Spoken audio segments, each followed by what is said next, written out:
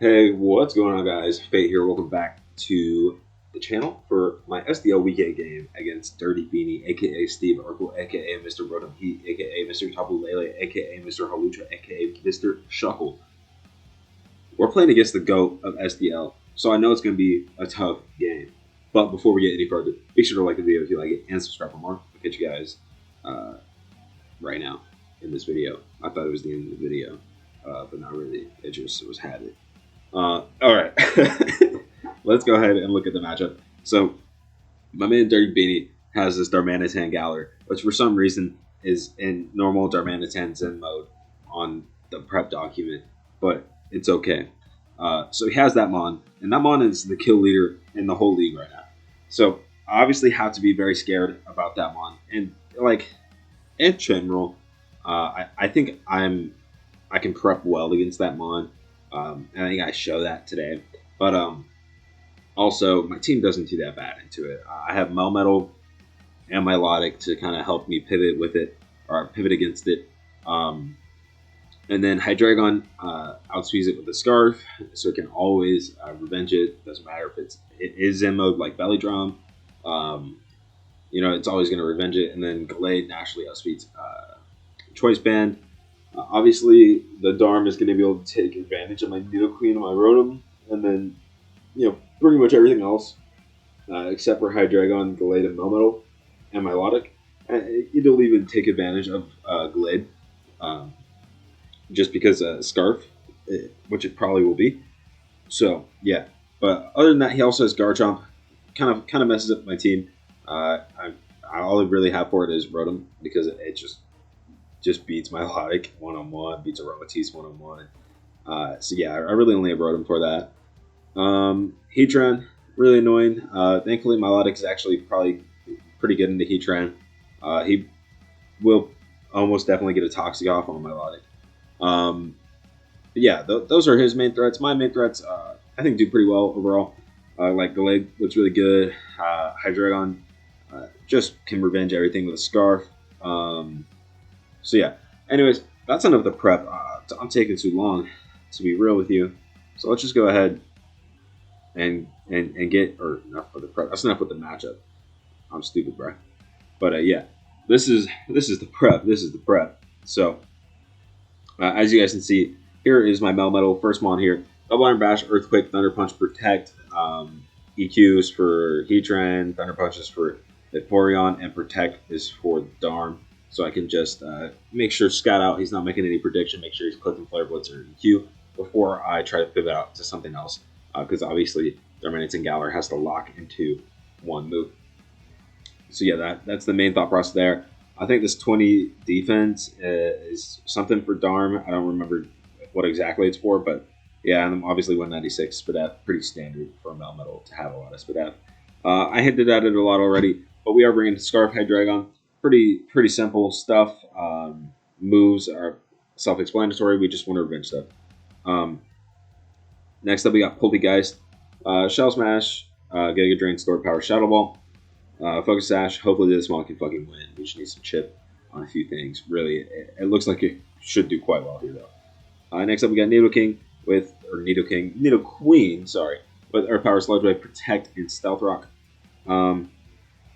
This, I believe, is supposed to come in on Heatran, but it'll also help with something like the Noivern as well, and the Whimsicott, and of course the Xurkitree too, which you can never sleep on just because it's insane special attack stack. We also Protect for Dawn, just like the Melmetal does. Next up, Gallade, pretty standard set. CC Ice Punch, Shadow Sneak, Sword Stance. I think all I need is CC Ice Punch to really hit things hard, and then Shadow Sneak is just priority and stuff like that. Obviously, Sableye is going to be a little bit of an issue, but Ice Punch can still do some okay damage if I get some chip on that. And then finally, like I said, I kind of need Rotom for the Garchomp, so that's what Rotom's here for. Really, all it's here for. We're pretty weak to Garchomp. I'm not gonna lie to you, bro. I'm not gonna lie to you, bro. But I do know that Steve has a tendency to Mega Evolve his Garchomp almost every time. So I feel pretty confident about Hydreigon being able to outspeed the Rotom, even if he does get a Scale Shot off, because he really likes to Mega Evolve his Garchomp all the time. Anyways, let's go ahead and get into the game. All right, so we're here. We're here. We're here. We're 3-4, so we really need to win this game to give ourselves a shot at playoffs. We also probably need a couple guys to lose or to win really big to truly give us the best shot. But yeah, let's go ahead and get into the game. He leads balls. I lead Hydreigon. Uh, I don't care. Like I know I'm going to be faster. Scarf balls doesn't exist, so I just U-turn out of there. Bring up my Melmetal because I see this thing has a sub up. I can't have that, so I got a double iron bash, and we damn near killed the Sableye. If I got another high roll on the second double iron bash, Sableye would be dead. Would have been huge to be frank with you. But we bring out Rotom, and that's okay. We're going to see that he goes for the Pranks to recover, obviously, and I just Volt Switch out. Going to keep that Mon low. And just pivot out to my Pulte guys now, which I know will kill the Shadow Ball from here. So we're just going to go straight for it, because I really want to save by dead. I'm not going to set up too early either, because I doubt that +2 is not going to do a ton of damage to the Heatran anyway. So he puts up his rocks as I switch to my Nidoqueen. I'm sure I put up the rocks here as well, which I do. And then I'm just going to hard Rotom though, for obvious reasons. He goes for Toxic, pretty huge that I'm able to get that play right. I'm actually have no clue what he was predicting, to be honest with you. Maybe Glade. Middle Bird, the Whimsicott, which is going to be good because he is a subset. He just goes for Moonblast, kind of letting this Rotom get chipped. Potentially could be bad for me for sure. So I'm going to bring out my Melmetal now. I'm gonna speed this up. It's going a little slow for my liking. But he brings up the Heatran. I double iron bash into it. Thankfully, I don't get burned. I don't know if he was playing body or not, but yeah, thankfully I don't get burned because I am leftovers on that one. So yeah, he goes straight for the Magma Storm. Obviously, big damage on my Nidoqueen there. He goes for Magma Storm again, and then I just Earth Power, and that one's gone. So yeah, I don't know what happened to the music though, but yeah, we go Rotom here. He scale shots. Only gets 2 hits, I believe, here, which is pretty lucky for me, obviously. And I'm able to burn the Garchomp, and then that feels really good. That feels really good. But we'll be right back, bro. That was so weird. Like the music literally was looped once. Like the video is already 7 minutes in. Why did it loop once and then not a second time or a third time or whatever? Strange. Now here I throw because the Garchomp is obviously faster than me. But unfortunately, he does get 5 hits to kill me too, so that kind of sucks. But yeah, that was just like a straight up a throw, and I lose my Hydreigon. Next, I go Gallade. Also going to take the damage on my Gallade now because of that. I'm just going to Ice Punch, kill that Mon. Out comes Meep, and I just go for Ice Punch. I think here. I just wanted to really see what he was feeling. Obviously, I have to switch now. Get my Nidoqueen. And I just Earth Power. Does over half, so he's gonna knock off my Black Sludge there. And this game our teams are getting chipped down now at this point, so it's kind of coming down to the wire here. I'm just kind of spamming Earth Power on the Sableye.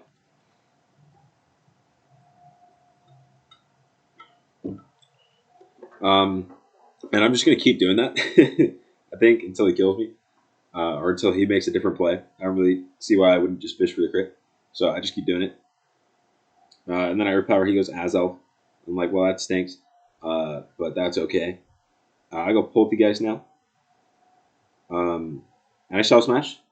And I'm like, oh, I wonder if this is Encore, and it does prove to be Encore, which sucks because obviously, like, I win the game if it's not Encore. But it does prove to be Encore. So Steve knew what was up. So I could have actually probably made a play there. Just went hard Melmetal to just ensure that I'm not too far gone. I go Poltegeist again here on the Sable, and he actually does not recover there, which makes sense. He wants to get the Willow off for Azelf maybe, but we just Shadow Ball there, and now I'm feeling pretty good. I just sack my Glade, and should be able to pick up the win with Melmetal now that I've positioned myself like this, because we're just going to dive on and bash there. Darm is gone. And then we should be able to double iron bash there. He has no fire move. I did get a little worried when he paralyzed me. But yeah, we're able to pick up that too. So let's go ahead and see if we make the playoffs. Okay, guys, we are back, and here you can see the final standings for SDL Season 12 Mega Quagsire. And you do see that I finished in ninth right there. If you, I'll go ahead and highlight it for you guys as well. But yeah, I do finish in ninth there. Pretty unfortunate. I do just miss playoffs by one differential point, which could have been made up in so many different games throughout the season, of course. Um, it's hard not to look at specific instances where maybe I got hacks, got crit or something. But yeah, it just kind of stinks to lose on the one differential point. It does. I'm not gonna lie. I'm not gonna lie.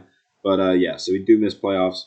Pretty unfortunate. But I will do at least one video covering the SDLC 12 playoffs. Uh, Maybe I'll do one once a week. Just cover the best game of the week, the best quarterfinal game, the better semifinal game, and the final game. I don't know. Maybe we'll see.